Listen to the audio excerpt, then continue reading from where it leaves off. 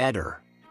McAllister. Quando si commette un omicidio serve poi un posto dove occultare il cadavere, serve un posto che sia vicino, allo stesso tempo che sia riservato, ma contemporaneamente che permetta il passaggio di gente se è necessario che il corpo sia prima o poi trovato. Come scegliere questo posto è un discorso un po' complicato, adesso facciamo una parentesi e vi dico il modo più assurdo in cui si può decidere dove occultare un cadavere. Un assistente vocale per smartphone è stato utilizzato come prova in un'aula di tribunale, se non per il reato di favoreggiamento, almeno come elemento di colpevolezza. Questo è accaduto durante il processo a Pedro Bravo, il quale è stato accusato di aver ucciso il suo compagno di stanza a Gainesville, in Florida. Secondo la testimonianza delle agenzie di notizie, dopo aver commesso l'omicidio, Bravo si è rivolto all'applicazione Siri sul suo iPhone e le ha chiesto dove consigliava di nascondere il corpo della vittima. La richiesta è stata registrata come prova a carico durante il processo, il quale ha svelato che il giorno dell'omicidio i due uomini erano stati visti per l'ultima volta insieme. La risposta di Siri è stata inquietante. Che tipo di posto stai cercando?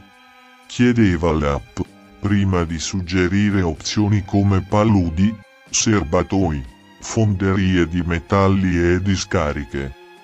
L'utilizzo dello smartphone come prova nel processo ha ricordato le trame dei telefilm, ma nella realtà è successo davvero.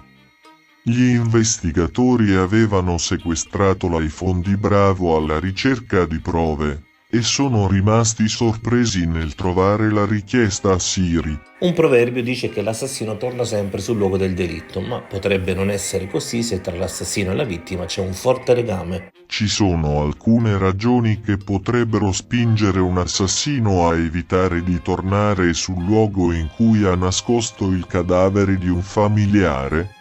1. Rischio di essere scoperti. Tornare sul luogo del crimine potrebbe aumentare il rischio di essere scoperti dalle autorità o da altre persone coinvolte nelle indagini. 2. Coinvolgimento emotivo. Il ritornare sul luogo del crimine potrebbe riportare all'assassino ricordi dolorosi e un forte coinvolgimento emotivo. La presenza di un legame familiare potrebbe amplificare queste emozioni, rendendo difficile per l'assassino affrontare la situazione. 3. Senso di colpa o rimorso. Nonostante l'assassinio sia stato commesso, l'assassino potrebbe provare sentimenti di colpa o rimorso, specialmente se coinvolge un membro della propria famiglia. Tornare sul luogo del crimine potrebbe riaffiorare questi sentimenti e causare ulteriore angoscia. 4. Paura delle conseguenze legali. Un assassino potrebbe evitare di tornare sul luogo in cui ha nascosto il cadavere di un familiare per timore delle conseguenze legali.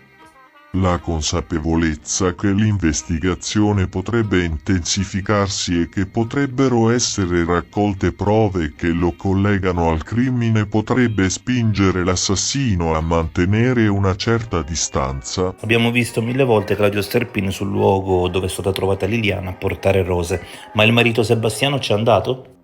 Non ho voluto mai andare a vedere quel punto dove è stata trovata mia moglie perché mi fa male al cuore. Non ci riesco. Ho declinato anche la proposta del mio avvocato di andare a vedere da vicino quel luogo. Il signor Claudio dice che loro andavano lì. Ho sentito raccontare da lui, al microfono di una trasmissione televisiva, che loro andavano in quel posto a camminare. Io e Liliana in quella zona andavamo solo a fotografare il roseto. Ehi, non dimenticare di iscriverti a questo canale.